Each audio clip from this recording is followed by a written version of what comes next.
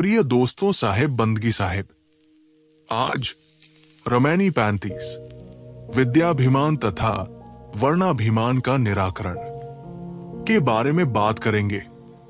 पंडित भूले पढ़िगुनी वेदा, आप अपन पौ जानू न भेदा। संझा तर्पण और षटकर्मा, ई बहुरूप करे अस धर्मा। गायत्री युग चारी पढ़ाई, पूछो जाए मुक्ति किन पाई। और के छिए लेत हो छींचा, तुम सो कहो कौन है नीचा। ई गुण गर्व करो अधिकाई, अधिके गर्व न होए भलाई। जासु नाम है गर्व प्रहारी, सो कस गर्व ही सके सहारी। साखी कुल मर्यादा खोय के, खोजन पद निर्बान। अंकुर बीज नशाय के, नर भय विदेही थान। भावार्थ, पंडित लोग वैद शास्त्रों को पढ़गुन कर उन्हीं के मद में भूल गए और अपने आत्म स्वरूप के रहस्य को न समझ सके। वे संध्या, तर्पण और 6 कर्म करते हैं और बहुत प्रकार से क्रियाकांड को धर्म रूप मानकर करते हैं। कहते हैं गायत्री जप से ही कल्याण है और इस पर अधिकार केवल द्विजों का है। स्त्री तथा शूद्र गायत्री नहीं जप सकते। पंडित लोग द्विज नामधारियों को चारों युगों से गायत्री पढ़ा रहे हैं, परंतु जाकर द्विजों से पूछो कि केवल गायत्री जपने से किसने मुक्ति पाई है।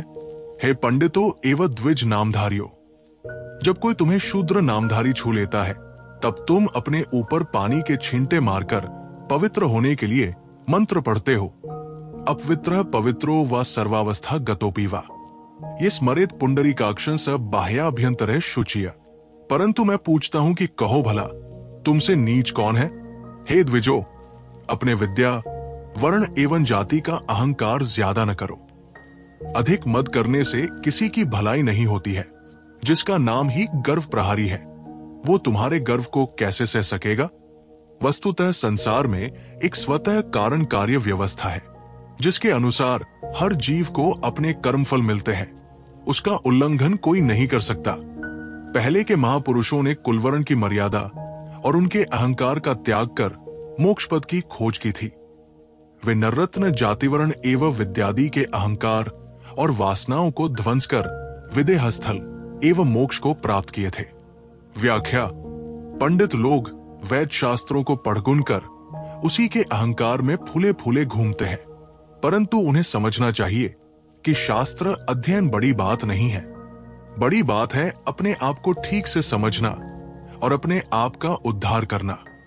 यदि वे आप अपनपौ का भेद नहीं जानते तो वैद शास्त्रों को पढ़ने का मतलब क्या हुआ। आप अपनपौ जानू न भेदा बड़ा महत्वपूर्ण वाक्य है। अपन पौपना पनपने स्वरूप का महत्व मैं कौन हूं यदि ये न जाना गया तो बहुत विद्या पढ़ी, वैद शास्त्र सब पढ़ डाले तो क्या पढ़ा। जैसे पहले भी कहा गया है कि ज्ञाता 3 प्रकार के होते हैं, छंदोविद, वेदविद तथा वेद्यविद। वेदों के छंदों के सारे भेद जानकर जो उनको कंठ कर लेता है वो छंदोविद है, छंदों का ज्ञाता है। जो व्यक्ति छंदों का अर्थ समझता है वो वेदविद है, और जो जानने योग्य को जानता है वो वेद्यविद है। वेदविद श्रेष्ठ नहीं है किंतु वेद्यविद श्रेष्ठ है। जो जीवन में जानने योग्य को जानता है वही श्रेष्ठ है। सर्वोच्च जानने योग्य विषय है अपने आप का भेद। मैं शुद्ध चेतन हूं। मैं न किसी का अंश हूं न अंशी, न कारण हूं न कार्य। मैं अजर, अमर, अविनाशी, अखंड शुद्ध चेतन, पूर्ण काम, अकाम, निष्काम, आप्तकाम एवं स्वरूपतः तृप्त हूं। इस प्रकार अपने आप के भेद को समझकर सारी वासनाओं का त्याग करना ही वास्तविक विद्वता है। ये तो शुद्ध आध्यात्मिक ढंग से अपने आप का भेद जानना हुआ। हमें व्यावहारिक ढंग से भी अपने आप का भेद जानना चाहिए। हमें यह जानना चाहिए कि हमारे स्वभाव में कितनी त्रुटियां हैं, मन में कितने विकार हैं। गत वर्ष से आज तक हमारे मन के विकार बढ़े हैं कि घंटे हैं।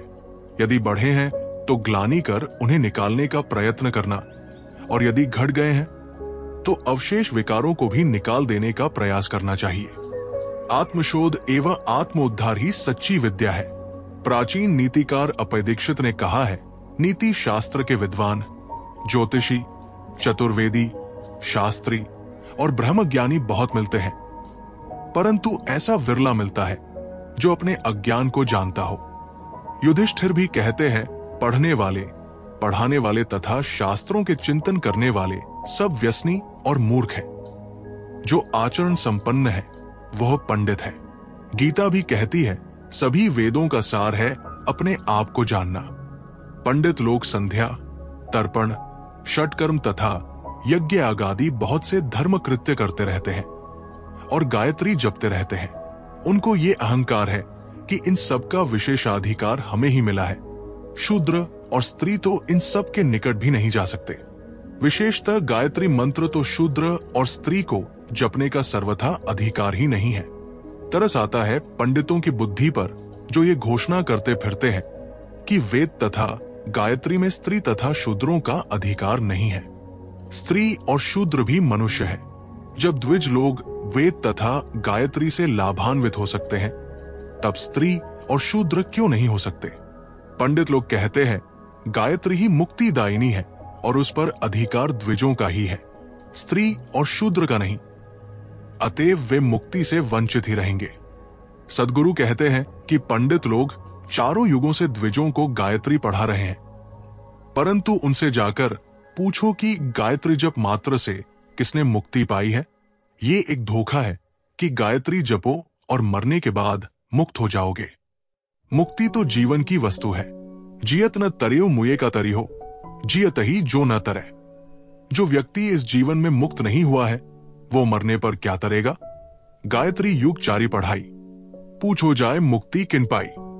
ये बड़ा मार्मिक वचन है। वेदों में अनेक प्रकार के छंद हैं, जैसे जगती, त्रिष्टुप, पंक्ति, वृहति आदि। उसी में एक प्रकार का छंद गायत्री है, जो वेदों में हजारों की संख्या में है। जिस गायत्री छंद की उपासना पीछे बड़े जोरों से चली, उसका अभिप्राय इतना ही है, हम उस सविता, सूर्य, देवता का ध्यान धारण करते हैं, जो वर्ण करने योग्य तथा प्रकाश स्वरूप है और हमारी बुद्धि को प्रेरित करता है। ये छंद विश्वामित्र का रचा है। इसमें प्रकाश स्वरूप सूर्य से बुद्धि के लिए प्रेरणा लेने की बात कही गई है। बात अच्छी है, परंतु मुक्ति प्राप्ति के लिए अपने स्वरूप का ज्ञान चाहिए, विषय बंधनों का त्याग चाहिए। अन्य अनेक नाम तथा मंत्र जप जैसे बच्चों को क्षणिक संतुष्ट करने के लिए चटुआ मुंह में दे दिया जाता है, वैसे है मन के थोड़ा परिमार्जन के लिए है। मोक्ष तो गुरु भक्ति, बोध एवं वैराग्य का फल है, जिसमें मानव मात्र का अधिकार है। गायत्री छंद की रचना मनुष्य जीव ने की है। गायत्री एक शब्द समूह है जो कृत्रिम है, मानव उसका करता है। गायत्री से मानव की आत्मा श्रेष्ठ है। मानव को चाहिए कि वह अपने आप को पहचाने और अपने आप को विकारों से ऊपर उठाए। और के छिए लेत हो छींचा, तुम सो कहू कौन है नीचा।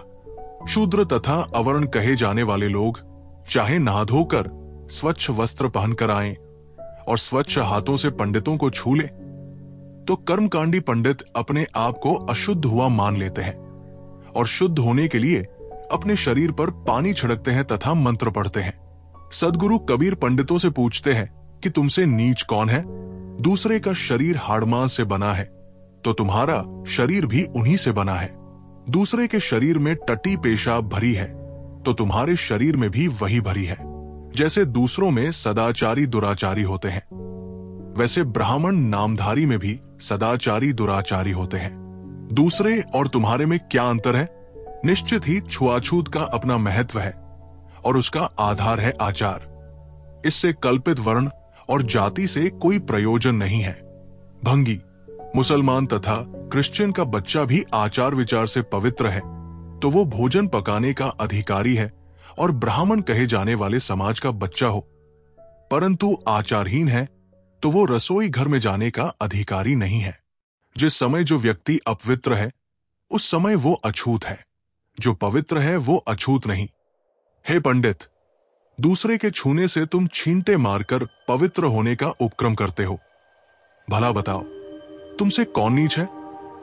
ये कितना बड़ा व्यंग्य है, कितना दिल को छूने वाला है। इस वाक्य में कितनी मानवता भरी है। मानवता की महामूर्ति कबीर के हृदय ने कितना मर्माहत होकर ये पंक्ति कही होगी। जो इतनी भी बात नहीं समझ सके, क्या उसे पंडित कहना चाहिए?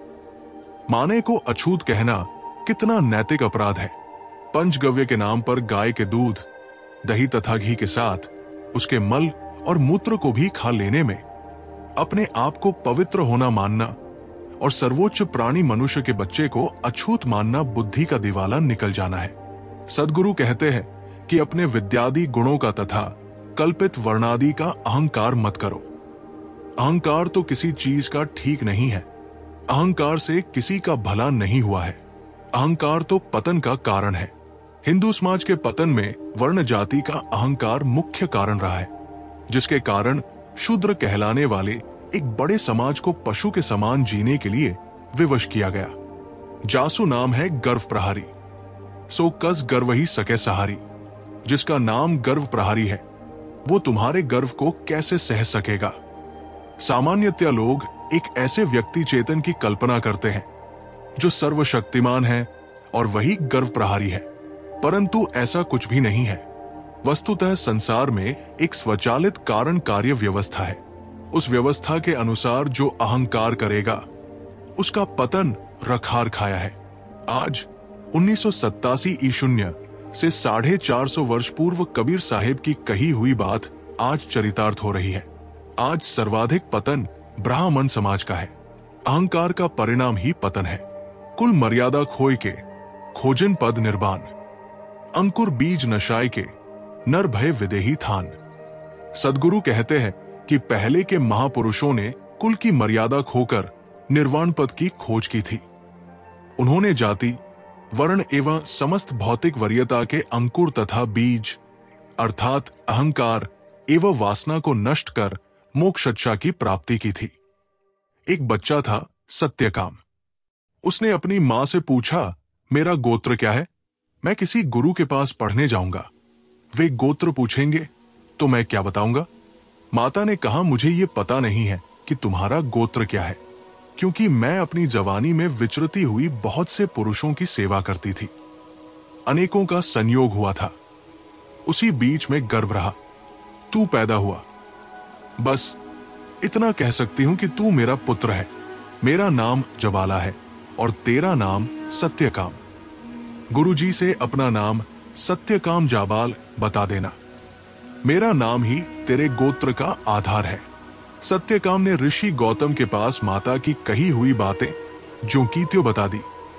गौतम बहुत खुश हुए और उन्होंने कहा, अब ब्राह्मण इस तरह सत्य नहीं बोल सकता, अर्थात जो सत्य बोलता है वो ब्राह्मण है। बेटा, तू ब्राह्मण है। बृहदारण्यक उपनिषद में 50 ऐसे ऋषियों के नाम हैं जिनके पिता का पता नहीं है, केवल माता का पता है। व्यास, कर्ण, शिवी, अष्टक, प्रतर्दन और वसुमान अपनी माताओं से कुनारी अवस्था में पैदा हुए। पाणिनि ने कहा है कि पिता का पता न होने से पुत्र का गोत्र माता के नाम से होता है। धीवरी तनय व्यास, भंगिनी पुत्र पराशर, वेश्य पुत्र वशिष्ठ, दासी पुत्र नारद, शूद्र पुत्र सूत अपने ज्ञान के नाते ही महान थे।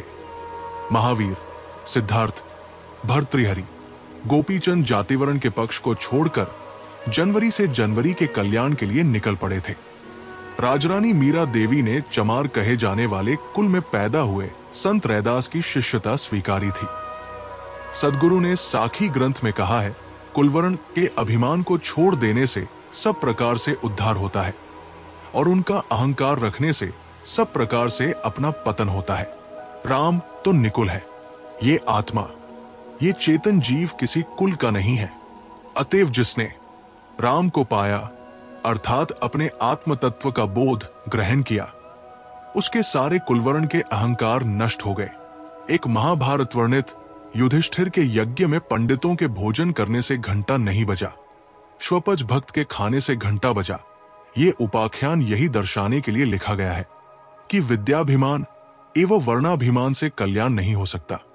उसके लिए चाहिए विनम्र एवं शुद्ध हृदय। पुराकाल के ऋषिमुनि यदि वर्णाभिमानी होते तो सत्यकाम, व्यास, वशिष्ठ, पराशर, भरद्वाज, नारद, सूत, अगस्त्य, वाल्मीकि आदि को महिमावान एवं पूज्य न मानते।